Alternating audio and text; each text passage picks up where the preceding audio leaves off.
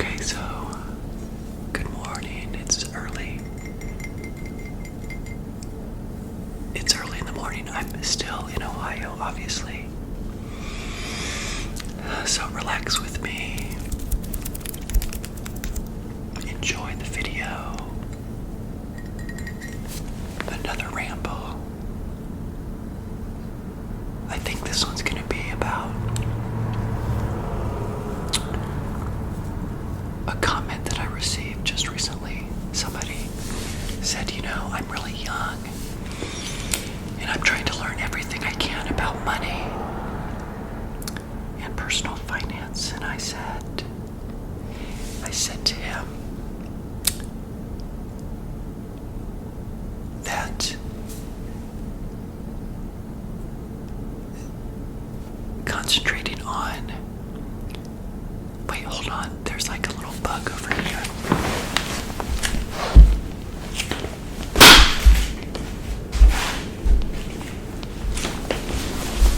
Okay, got it.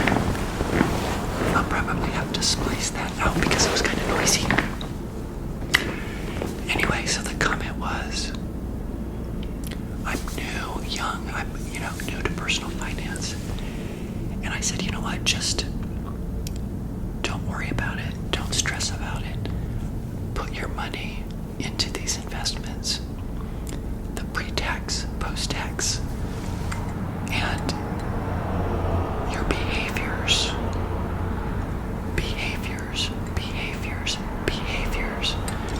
is what is going to help you in the long run. Don't chase market returns.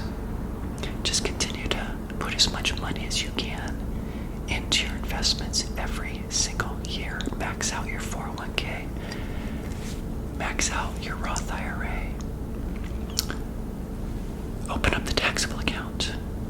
Yeah, remember my previous episode. Your taxable account is your single most important account, in my opinion, especially as an early retiree, because it counts as income when you sell shares to qualify you for the Affordable Care Act, to get free health care or very inexpensive health care in the first several years that you retire before age 65. But I think the point of this video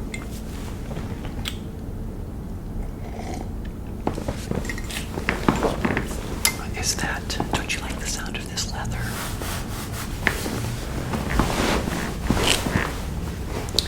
But the point of this video, I think, really is for young people like you. If you are young, do what I did. Don't stress about how you're going to figure things out later. All you need to figure out is today.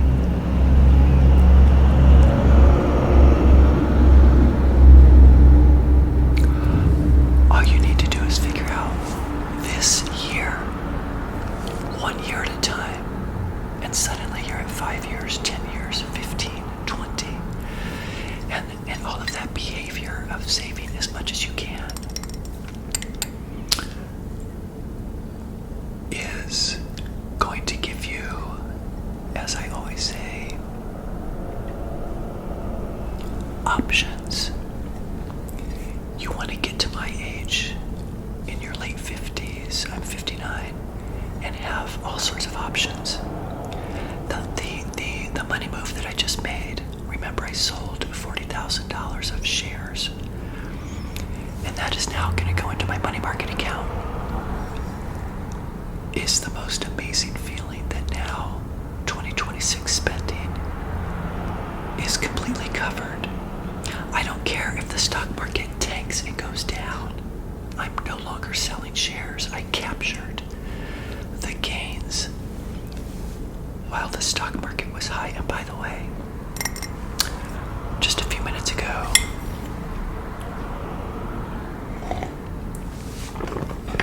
I Googled. By the way, I'm still trying to get used to my mom's rings that I got. Everybody likes this one. It's kind of beige.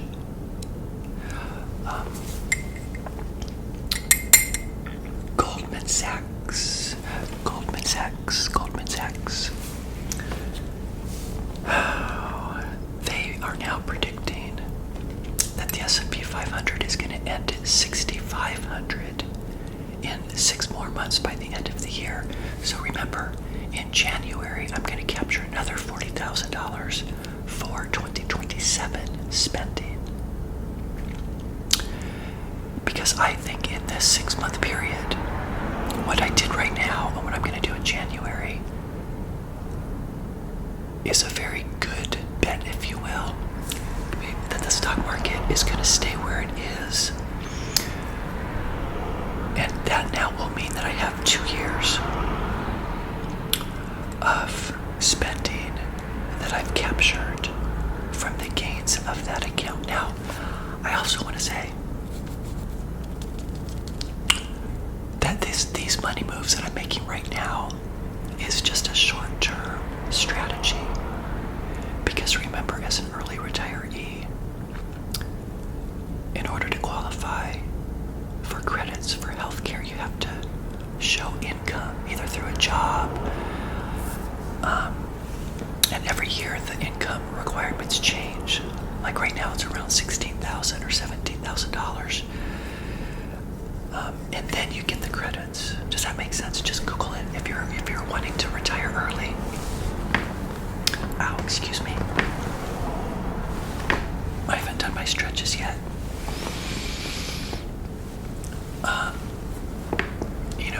Just be smart with money and Google and figure out what the requirements are. Some of that is hard to figure out, but to continue a job that you don't like year after year after year, and if you have a lot of money, it doesn't make sense to continue to work just because you're afraid to figure something out. That's the beauty of personal finance, is that if you continue to save as much as you can, again, it gives you options. It gives you options later in life. Like this money move that I just made actually came to me very slowly. My friend Michael that I told you that retired before me did exactly the same thing, although I didn't quite understand exactly. There goes a runner that I see every morning go by. I'm starting to get to know patterns and stuff. I feel like I'm in that movie Rear Window with Jimmy Stewart. Like there's a girl that works from the balcony on the 3rd floor in the building across the street. I see her up there working all the time. Tap, tap, tap, tap, tap. She's on her laptop. But this money move came to me slowly, and things come to you slowly as you continue to be a steward of your own money. Michael has sold a bunch of shares. And I remember thinking, I put that in my head, and I thought, maybe I should do that to capture the gains for, again, a short-term solution to this issue about healthcare right now.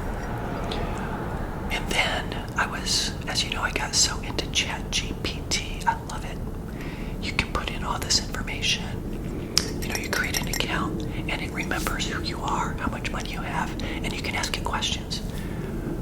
And of course, I bounced it off of a financial advisor at Fidelity, because I had an appointment with him anyway. Not that I have any money assets under management. That's not what I'm doing.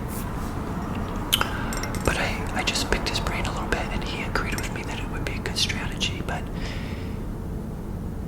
you can tell I had too much caffeine. But ChatGPT also gave me the idea and said, capture the gains of that account. That's what the account was intended for. And because I wrote into ChatGPT, I said, in the FIRE community years ago, the Financial Independent Retire Early, I heard about opening up the taxable account, and that it would be good for an early retiree, and I had no idea really why. See, sometimes you don't need to know the why of what you're doing. You just do it, and you trust your gut. You trust your own thoughts, because it's based on gathering information. And again, all of you have a brain, right? You can figure stuff out.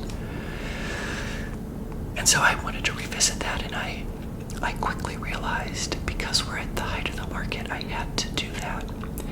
If the market tanked right now, and let's say, you know, the S&P 500 was like 5,500 or something, I would not be doing this right now. It's only because we are at the height of the market that I feel comfortable doing what I did. And so, as I think about closing this episode, this is a short-term solution. Remember, it is helping me get through next year when I'm 60, 61, and then remember 62. When I'm 62, I start taking Social Security, which counts as income, so I don't need to sell any more shares unless I wanted to, but I probably won't. I will probably subsidize Social Security with my Roth IRA. I don't know. Yeah, probably. Because remember, my Roth IRA with Vanguard is like 50-50. 50% stocks, 50% bonds. It's blended.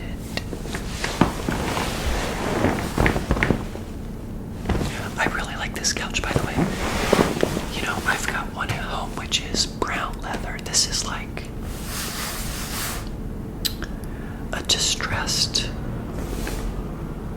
leather, but it's not like dark brown. It's more like,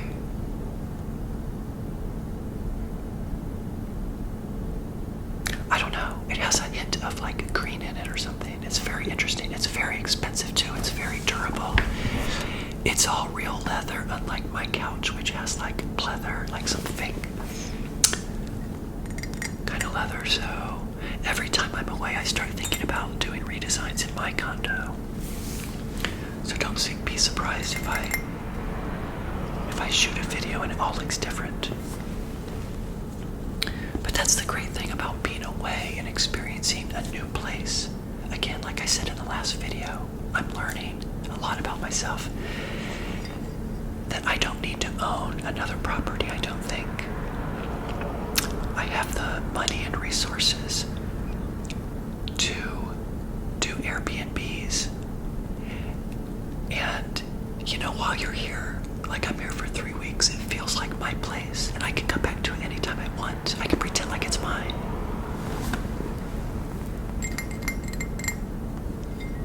That girl's not up there working yet.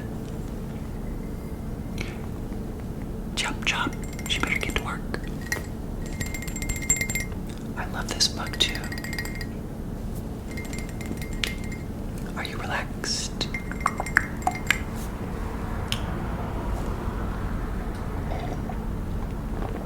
Yeah, let's see what time it is. 6:35. Michael and I are talking at 8 o'clock. He's back in Florida, of course, but we're talking at 8 o'clock, and he doesn't know I clicked the button and sold those shares yesterday, but I sent him a big long email and I said, here's my strategy. What do you think? Find any poke holes in it and try to figure out if it's a mistake. There's a couple variables of things that I'm working through because my income, remember, cannot be more than about $48,000 for 2025. I just sold those shares. And then I rambled about this in the last video, so I'm not going to get into it right now. Just relax. And, yeah, it's kind of weird because people walk right by the window and they sometimes look in and I'm like, oh, hi. See, there they go. I'm like, hi, yeah. I'm a YouTuber. Have you heard of me? ASMR Money Mentor. I'm famous. Actually, there's about 300 of you that come back and watch all of my videos. So for all 300 of you, thank you, thank you, thank you. Thank you so much. Thank you, thank you, thank you. My hope for all of you that come back and watch me, whether you're putting down comments or not, I think about you all the time. I think about what you may be taking away from my videos. Like maybe you think, you know what, if this guy can do great things with money, he's like an idiot, right? He wears this silly hat. Not this one, but my other one. I didn't bring my other hat, by the way. I was thinking about it, but you might be thinking, you know what, if he can do really great things with money, then so can I. Yeah. Remember, wealth has little to do with how much money you have, but what your expenses are. Yep. You can retire with $500,000 in Social Security and be richer and feel wealthier than someone with $3 million with a whole lot of expenses. Yeah. My true expenses are $20,000 a year. That does not include fun, but it does include food and gas, okay? I put fun and other in a different category. So 20 grand is all I need. Worst case scenario, right? But I'm learning, especially I think through this trip. I told you in the last video, I'm so happy to be here. And I'll be happy to go home as well. It's and I did not think that I would feel this way. I thought I would be like, yes, I want to buy a place. But I'm learning that I don't have to buy a place. I can buy experiences without owning something. Just always remember that. If you're renting an apartment right now, who cares? You don't have to own if you don't want to. If you want to own a place, then great. And maybe you own a place right now, but if you don't, that's perfectly fine. You could go your entire life by renting. There's nothing wrong with that. But back to the 300 or 400 of you that are watching, thank you again. Each of you has your own story. Each of you has and is at your own place, hopefully with the goal of reaching financial independence like I did. So keep going. Keep going. Some of you may have debt. You may be paying it down. You may be building your wealth. You may feel like I did years ago. You may be looking at your spreadsheets. Hopefully you're looking at your build a budget and you're cross-checking your reverse engineering. Oh, a bunch of bikers went by. I missed my bike. I should have brought it. But hopefully you're on top of your money every single week.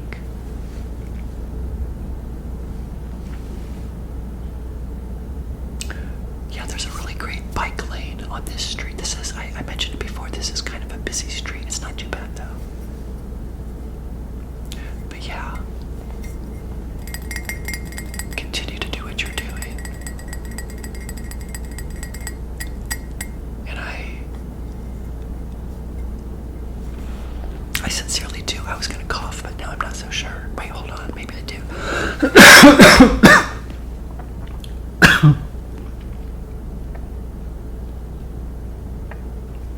Okay, I'll have to edit that out because that was annoying.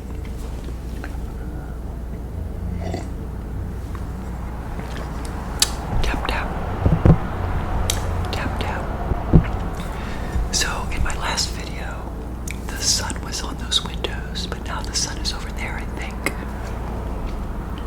I think this is a northern exposure. I don't know. Anyway, just to share with you, what am I doing today? I am going to go to LA Fitness. I'm going to work out. I'm going to swim laps. I'm going to do that after lunch. Yeah. So at 8 o'clock,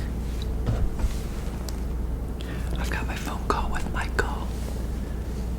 So he can help me figure out if I made the right move, which I know I did. Michael, if you don't remember, retired before for me. I live vicariously through him. You need to have somebody to bounce ideas off. Do you remember I did a video about that last year? Not only do you have people like me that you can watch and learn from, and stay committed to your goals by watching, by the way. When I was a guest on the Susie Orman Show in 2012, and I continued to watch that show every week, and it continued to motivate me. Which, by the way, she's on YouTube, and she's starting to publish all of her old episodes, and I keep looking for mine. So once I see my episode out there, I'll show you. I'll put a link to it. I don't know if I can put a link to it, but I'll show you. I'll tell you where it is.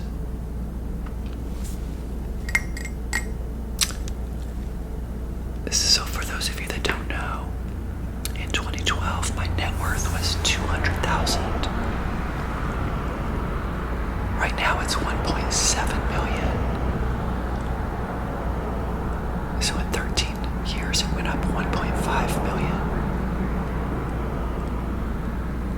Because I was saving $70,000 of my own money every year. Okay? Making about $120,000 at the end of my career.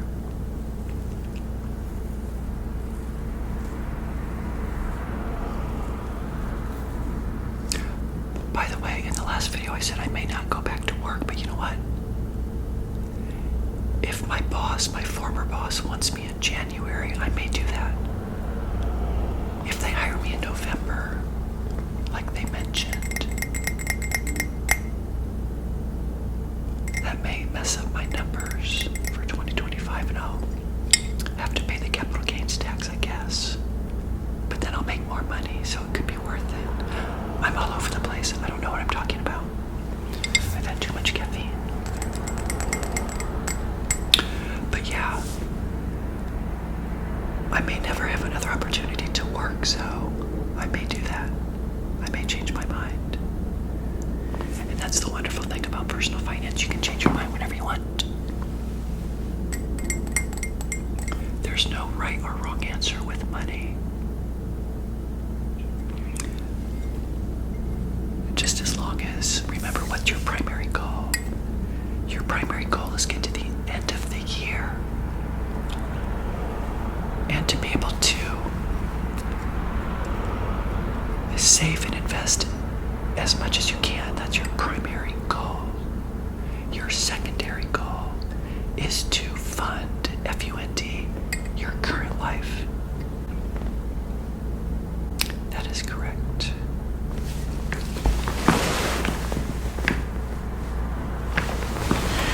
Alright, well, I guess I should get motivated. Maybe I'll have one more cup. What do you think? If I had enough caffeine?